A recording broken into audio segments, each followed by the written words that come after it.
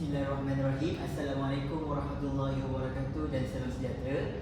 Jadi pada hari ini saya Muhammad Fauzan bin Osman dari kelas F4 akan membentangkan pembentangan bagi permainan yang telah dihasilkan bagi kursus keupayaan kewangan KKWK 3013. Jadi sedikit pengenalan diri dan pensyarah bagi kursus ini ialah Puan Afiza binti Muhammad Noor.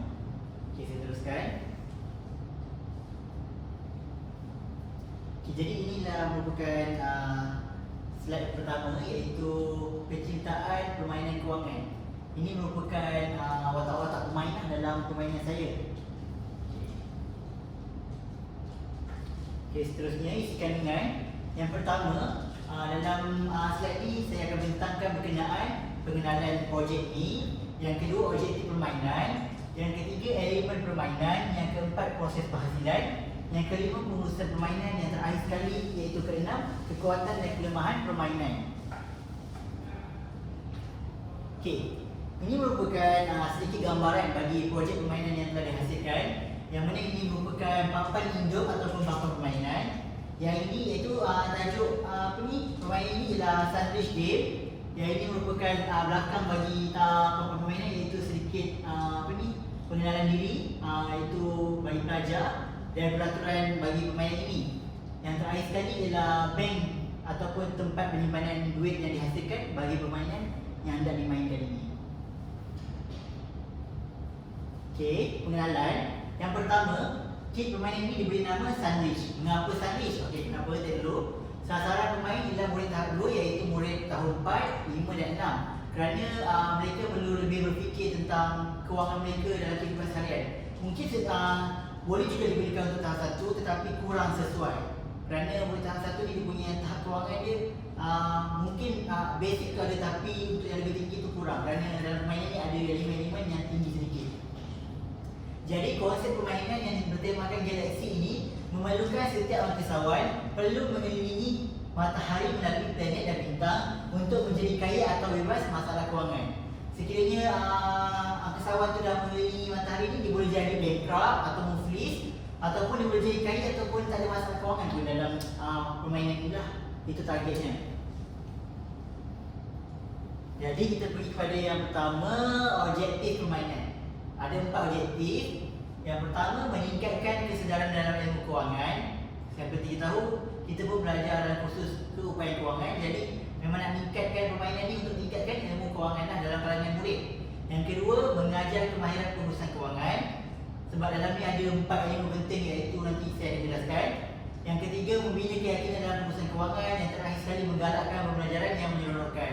Seperti kita tahu, kalau pembelajaran yang menyeronokkan ni ada perlu elemen gamifikasi ataupun permainan ataupun didik hibur.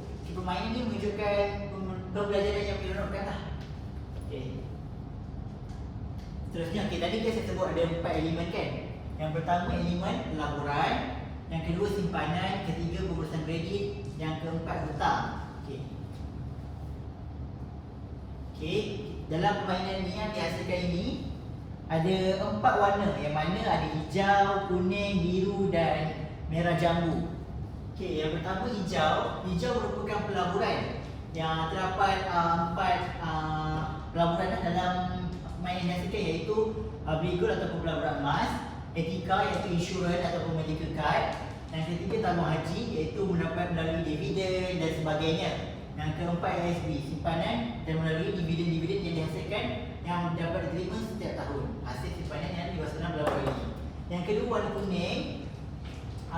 Simpanan yang ada dalam permainan ini, yang pertama Maybank, yang kedua tabung kecemasan, yang ketiga SSPNI. SSPNI ini merupakan tabung pendidikan lah, simpanan pendidikan.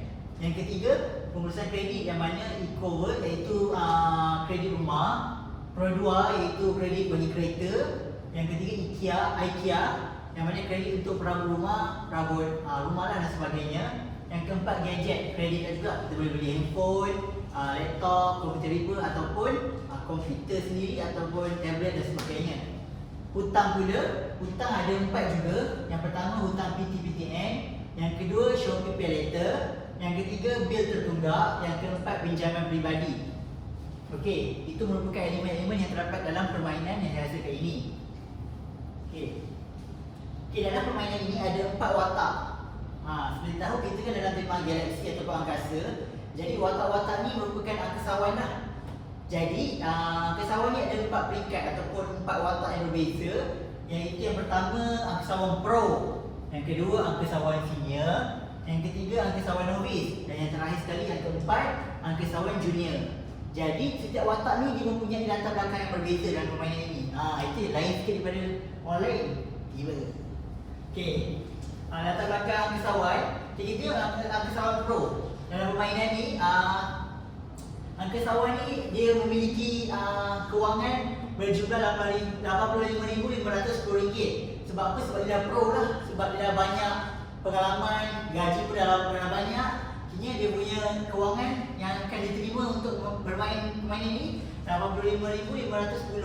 Angkasawan senior RM70,850, novice RM58,050 dan angkasawan junior RM49,550. Namun demi latar belakang berbeza juga. Contohnya angkasawan pro ni banyak hutang, angkasawan junior tak banyak hutang. Jadi dia balance lah. Kini tak sama. Kini kalau junior ni kurang hutang, jadi dia tak, mungkin tak kebarangkalian untuk novice tu kurang.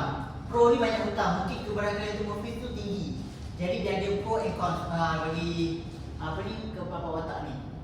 Saya terangkan yang watak pertama. Contoh, kalau untuk angkasawan pro dia mendapat bonus bulanan berjumlah RM3,000, mempunyai simpanan di ASP sebanyak RM80,000, mempunyai simpanan tabung haji sebanyak RM35,000, menyimpan emas di fabrika sebanyak 20 gram, mempunyai hutang PTPTN sebanyak RM24,000. Walaupun angkasawan hutang PTPTN RM24,000 ya, main. Dan terakhir sekali membuat pinjaman peribadi berjumlah RM20,000 sebanyak 2 kali. Jadi dia berhutang sebanyak RM40,000 dalam permainan ini. Okey, yang kedua, angkasawan senior. Yang pertama mendapat bonus bulanan RM2,500, mempunyai simpanan di ASP sebanyak RM60,000, mempunyai simpanan tabung haji sebanyak RM25,000, menyimpan emas di fabrika sebanyak 15 gram, mempunyai hutang PTPTN sebanyak RM24,000 juga. Sebab angkasawan memang nak ada angkasawan, dia memang kena jumlah bayaran dia RM24,000.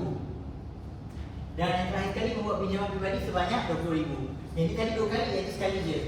Okey, untuk novice pula mendapat bonus bulanan berjumlah RM2,000, mempunyai simpanan di ASP sebanyak RM40,000, mempunyai simpanan tabung haji sebanyak RM15,000, menyimpan emas di fabrika sebanyak 10 gram, mempunyai hutang PTPTN sebanyak RM24,000. Sebab dia masih ada hutang, tapi dia tak ada pinjaman peribadi. Yang angkasawan junior pula mendapat bonus bulanan RM1,500, mempunyai simpanan di ASP sebanyak RM20,000, mempunyai simpanan tabung haji sebanyak RM5,000, menyimpan emas di fabrika sebanyak 5 gram, dan dia tak perlu bayar PTPTN. Sebab apa? Sebab dia mendapat tajaan. Yang junior pandai sikit, dia dapat beasiswa. So dia tajaan pada marah, free of charge. Okey, seterusnya kita tengok pada itu sedikitlah latar belakang untuk setiap angkasawan. Okey, yang ini adalah plan kewangan. Kita ada 4 peta, yang mana setiap angkasawan ni adalah plan kewangan masing-masing. Yang hijau tadi pelaburan, simpanan, kredit dan hutang. Kini permainan ni dia menggunakan sistem token. Token nanti saya tunjuk token nanti. Kini kalau contohlah, sebab setiap kali pelaburan yang dia kena, dia akan letakkan token di sini. Jadi tengoklah yang mana paling banyak. Hutang paling banyak ke, kredit paling banyak ke, simpanan paling banyak ke, pelaburan paling banyak. Kalau hutang paling banyak, nampak sangat dia jadi boleh mufis kan. Jadi dia memang kalah. Tentu cerita dia. Okey, ini merupakan sedikit cartagan ataupun proses penghasilan. Bagi menghasilkan projek permainan kewangan ini, terdapat 1, 2, 3, 4, 5, 6, 7, 8 elemen sepanjang projek permainan yang dihasilkan. Dari tarikh 4 hari bulan 9 2023 sehingga 20 hari bulan 10 2023, yang mana tarikh penghantaran bagi pembentangan ini. Okey, taklimat diadakan pada 4 hari bulan September 2023. Lepas tu melihat contoh di belakang bilik resos dan sebagainya. Sama juga sepanjang minggu itu, iaitu 4 hingga 10 hari bulan 9, membuat perancangan juga. Kini fikirlah apa yang nak buat kelainan dan sebagainya. Lepas tu menyediakan draft. Draft ni maksudnya saya reka permainan ni nak buat bentuk bulat ke. Pada asalnya bukan nak buat peta ni. Pada asalnya nak buat bulat, tapi dia mengambil perlukan masa yang lebih lama. Jadi saya terus buat peta segi empat sama. Lalu muncullah idea untuk membuat pertembakan angkasa. Lepas tu mencari bahan. Semua hasil permainan pada minggu yang ketiga, iaitu 18 hingga 24 bulan 9. Okay, minggu tu agak seraga lah, sebab perlukan masa lama kan. Lepas tu minggu yang keempat hantarlah permainan, iaitu 25 bulan 9. Dan yang terakhir sekali iaitu minggu ini untuk sesi pembentangan bagi proses bagi projek permainan kewangan ini. Sedikit proses penghasilan lah. Okay, ini merupakan gambaran lah. Yang pertama saya beli barang. Lepas tu yang ni saya tak lekatkan lagi. Saya letak apa ni, draft dulu gambar-gambar tu. Lepas tu lekatkan. Yang terakhir sikit baru jadilah. Tapi ini pun banyak gambar yang tak sempat untuk ditangkap. Sebab apa? Sebab busy sangat, sibuk. Okay, yang pertama antara yang dihasilkan dalam permainan ini, iaitu papan permainan. Inilah papan permainannya. Besar, cantik, boleh minit lagi. Lepas tu peralatan permainan ada kat belakang. Saya tak nak pusingkan nanti apa ni, takut jatuh balik. Jadi inilah peraturan permainan, ada pengenalan diri dan peraturan sandwich game. Adalah masa, cara tamat macam mana, lepas tu pemenang dan manual penggunaan permainan ini. Okay, yang ketiga iaitu ialah bank sandwich. Okay, tengok bank permainan. Adalah dalam ni banyak duit. Saya tengok contohlah. Kita buka sikit. Dalam ni ada RM200, ada RM100, salah ni, salah RM100 ni, RM50, RM10, ada RM500, ada RM10,000, ada apa lagi? Ada RM5,000. Dan yang terakhir sekali ialah RM1,000. Jadi terdapat 1, 2, 3, 4, 5, 6, 7, 8 jenis mata wang. Okay. Dalam ini juga saya sediakan token yang mana tadi untuk pelan kewangan tadi. Jadi bila setiap pemain dah melabur semua, dia akan mendapat token ni lah. Dia punya pelan kewangan ni yang ini, kat sini. Yang ni tengok ni. Yang belakang ada pelan kewangan. Nanti boleh tampal situ. Okay, itu untuk token yang sama tadi, token. Okay, seterusnya ini peluang, nasib dan roda impian. Okay, roda impian ni tengok ni, kita boleh pusing-pusing. Lancar ni, tak ada tersekat-sekat, lancar.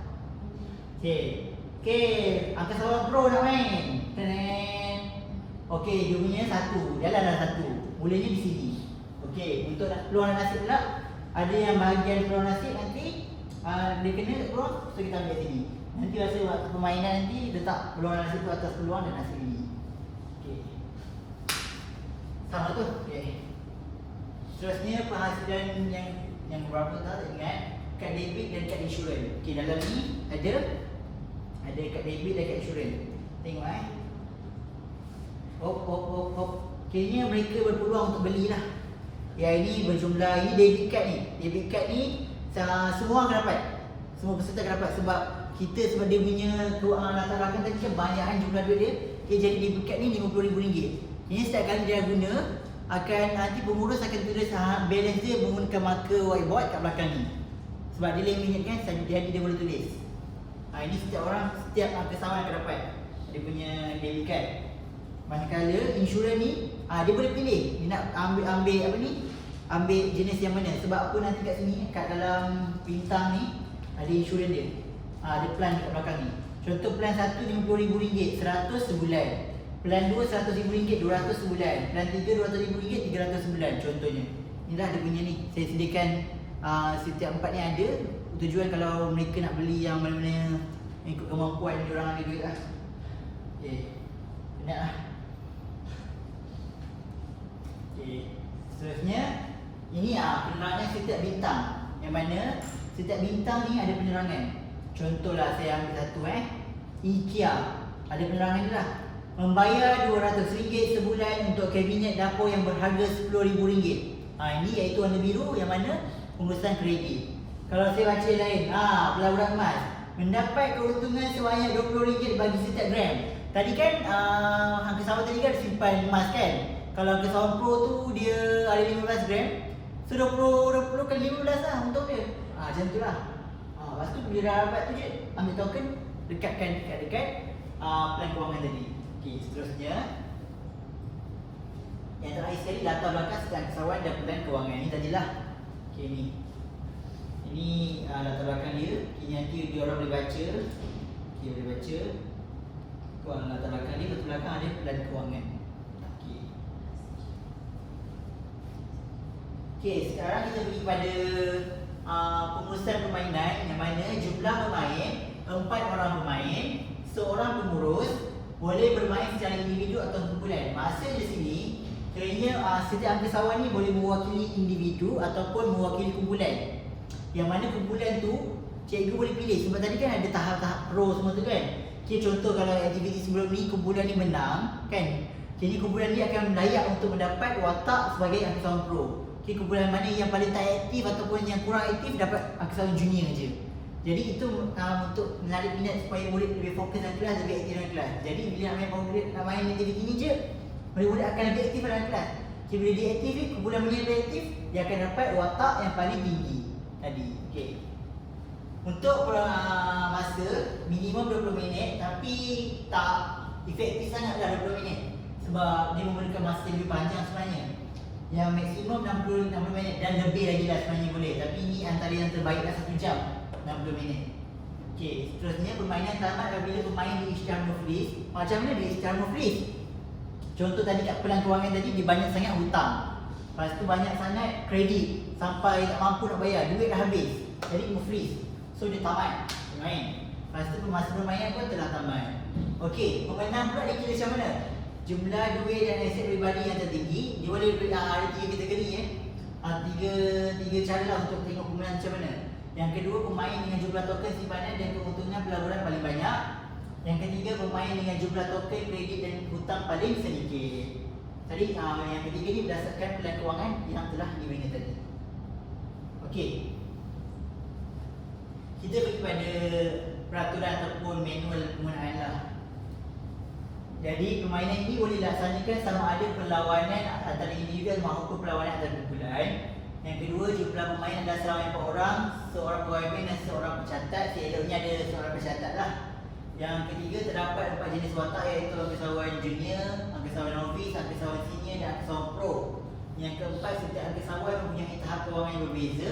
Jadi pemilihan watak boleh dilakukan atas kreativiti guru sama ada pusingan roda impian atau mengikut tahap keaktifan bagi individu atau kumpulan yang terlibat. Yang keempat, yang kelima, pusingan roda impian bertujuan untuk mendapatkan jumlah tapak yang digerakkan. Okey, terdapat empat jenis bintang hentian iaitu pelaburan hijau, simpanan kuning, kredit biru dan hutang merah jambu. Pengurus akan membaca kad kebenaran bila pemain berhenti di mana-mana tapak pemain harus membuat. Okay, jadi saya akan buat sedikit simulasi. Contoh kita nak main ni. Okay, boleh cabut ni. Kita boleh cabut ni. Cabut. Lepas tu ambil ni. Okay, contoh saya satu watak je. Saya ambil watak junior. Contoh junior. Lepas tu kita boleh lekatkan. Lekatkan. Kan? Jadi benda ni akan atas meja nanti. Jadi di jalan macam ni. Jadi pertama sekali pemain tersebut perlu memusingkan roda impian ini. Kenapa impian? Sebab impian ni lagi banyak, lagi bagus lah. Dapat banyak perjalanan. 1, 2, 3. Okey, 1. Jadi mula macam ni. Mula pergi ke 1. Etika. Lepas tu pengurus pun akan baca etika. Okey, pengurus baca kuat-kuat. Pembayaran dilakukan setiap kali melepasi laluan HQ etika. Pelepasan kemalangan atau sedikit dibenarkan mengikut limit. Pelepasan kemalangan atau sakit dibenarkan mengikut limit pelan yang diambil. Jadi yang kat sini sekiranya pemain berhenti di tapak bintang tersebut, pemain boleh nak beli pelan etika tadi ataupun tak beli pun tak apa. Okay, kalau yang beli untunglah sebab kalau kena kat bahagian yang kena bel tertunggak ke kemalangan ke sakit ke, dia boleh free saja, cuma saja sebab ada insurans. Itulah sedikit. Lepas tu jalan. Jadi pun kena kat nasib. Bacalah nasib. Contoh satu nasib. Mana nasib tadi? Nasib. Anda terlibat dengan kemalangan jalan raya yang menyebabkan kerugian RM20,000. Tadi dah ambil insurans. Insurans limit RM50,000. Jadi tak payah bayar sebab RM20,000 dia kemalangan. Percuma. Kira untunglah kalau ambil insurans ni. Lepas tu sekiranya anda memiliki insurans, anda tidak perlu membayar kerugian tersebut. Jadi jelas. Jadi kalau yang tak ambil insurans tadi, yang tak beli, dia kena bayar RM20,000 daripada kewangan dia. Sama ada nak pakai debit ataupun cash yang diterima. Sedikit lah. Okay, contohlah, dia kena peluang pula. Kena peluang. Anda diberi peluang untuk membayar cukai sebanyak RM10,000 atau penjara 4 kali pusingan. Kini satu pusingan ni dikira sebagai 1 bulan. Jadi dia boleh nak bayar RM10,000 ataupun penjara. Dia pilihan lah sebab ni peluang. Lepas tu contoh peluang kedua, anda telah mendapat pakej perhentian yang bernilai RM5,000. Kini nak ambil RM5,000 ataupun ambil RM5,000 lah. Dalam ni kewangan je kan. Macam tu kisah dia. Okay. Macam tu tadi. Lepas tu setiap pemain diberi pelan kewangan untuk menyimpan token masing-masing. Jadi tadi kan contoh dah ni, ambil satu token tadi, dah beli pelaburan, ambil satu token ni, lekatkan kat belakang ni. Untuk junior tadi, angkatan junior, lekatkan kat pelaburan, dapatlah satu token. Okey, macam itulah pemain dia. Lepas tu setiap ilawan pemain perlu direkodkan dalam kad kewangan, itu pelan kewangan. Lepas tu bonus tambahan pemain mengikut tahap kebakaran dan keselamatan bermula daripada RM1,500 hingga RM3,000. Satu pusingan bersamaan sebulan. Jadi kayaknya setiap kali kalau yang beli insurans tadi, dia setiap kali lalu je perbaikan dia kena bayar jumlah pelan tadi dia ambil. Itu je lah untuk permainan ni. Kayaknya ada lagi tak? Itu je saya rasa. Contoh sini dah ada lah yang dengan besar cukai jalan RM500. Lepas tu nasib. Lepas tu penjara kerana lari daripada membayar cukai tanah RM1,000. Dapat bantuan kebajikan prihatin RM500. Pengecualian cukai 4 kali pusingan. Kini LHDN hasil keuntungan keseluruhan aset 50%. Jadi kalau dia kena kat sini, boleh ambil daripada bank keuntungan daripada cukai tersebut. Saya rasa itu sahaja untuk sedikit penerangan bagi projek permainan ni lah. Seterusnya, saya bagi pada kekuatan permainan. Permainan ini mudah difahami lah. Saya rasa tahap dulu mudah difahami, insyaAllah. Kalau itu selamat saya digunakan, tak ada benda yang berbahaya pun. Kini ringkas, relevan untuk permain sasaran. Lepas itu tahan lama disebabkan bahan yang dihasilkan di lamina. Maksudnya, contoh lah ini, saya laminate. Jadi tahan lama lah. Kini benda ni kalau kena air pun mungkin tahan lama berbanding kalau tak ada laminate ni. Lepas tu, dia punya permainan setiap watak pun ada laminate. Ni pun kabut dia bertebal, penerangan ada laminate dan sebagainya. Semua ada laminate. Lepas tu menerapkan elemen STEM yang mana sains dan matematik. Kalau kita dalam sains kita belajar tentang planet ni kan, Pluto, Marikh, Bumi, Zuhal dan sebagainya. Okay. Lepas tu setiap benda ni ada tagging-tagging dia. Contoh penerangan setiap yang bernombor, setiap yang bintang yang bernombor. 4 ni bintang. 1, 2, 3 ni ada nombor kat sini. Kini mudah difahami lah tadi. Lepas tu kat sini pun ada pengurusan kewangan setiap angkasawan. Jadi kalau nak main pun nampak je benda ni kat sini. Okay. Seterusnya kita pergi pada kelemahan. Kelemahan permainan yang pertama, saiz papan permainan yang besar. Jadi menyukarkan untuk dibawa ke mana-mana sahaja. Tapi boleh dibawa tapi sukar sikit lah. Kalau yang bawa motor tak sukar. Jadi kita bawa kereta juga kalau nak bawa keluar daripada kampus atau sekolah. Tapi nak pergi kelas, tak ada masalah saya rasa. Budak kecil pun boleh bawa. Okay. Lepas tu yang ketiga, memerlukan masa yang tak lama untuk menjadikan permainan lebih menarik. Betul lah saya cakap. Kalau nak main sekejap tak feel, tak seronok. Okay, main kena lebih lama untuk nampak dia punya siapa yang lebih masyuk, siapa yang lebih muflis dan sebagainya. Yang terakhir sekali, tidak boleh bermain dengan peserta yang ramai. Boleh bermain peserta yang ramai tapi itu kena dalam berkumpulan. Tapi dia agak crowded lah. Mungkin benda ni boleh lagi jadi besar. Satu papan board, satu whiteboard macam tu. Tapi kalau per individu lah. Macam tu lah dia punya kelemahan. Okay, sekian sahaja daripada saya. Terima kasih. Semoga aktiviti ini dapat memberi manfaat kepada semua murid dan guru-guru. Sekian, terima kasih. Assalamualaikum. Sekali tak record. Wih.